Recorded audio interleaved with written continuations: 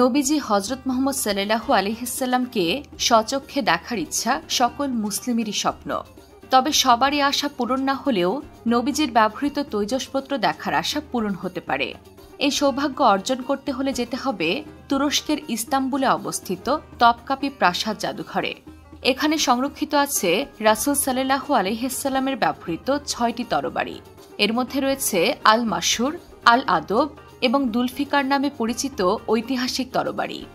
আরও সংরক্ষণ করা আছে নবীজির একটি বিশেষ কাবা রঙের পোশাক। আমাদের প্রিয় নবী যে মাটির পাত্র থেকে পানি পান করতেন সে পাত্রটিও আছে এই জাদুঘরে।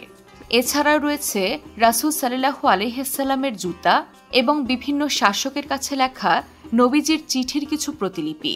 প্রতিবছর পৃথিবীর নানা প্রান্ত থেকে মুসলিমরা এই জাদুঘরে আসেন রাসূল সাল্লাল্লাহু আলাইহি সাল্লামের ব্যবহৃত জিনিসগুলো এক নজর দেখতে আর তার প্রতি ভালোবাসা আর শ্রদ্ধা জানাতে।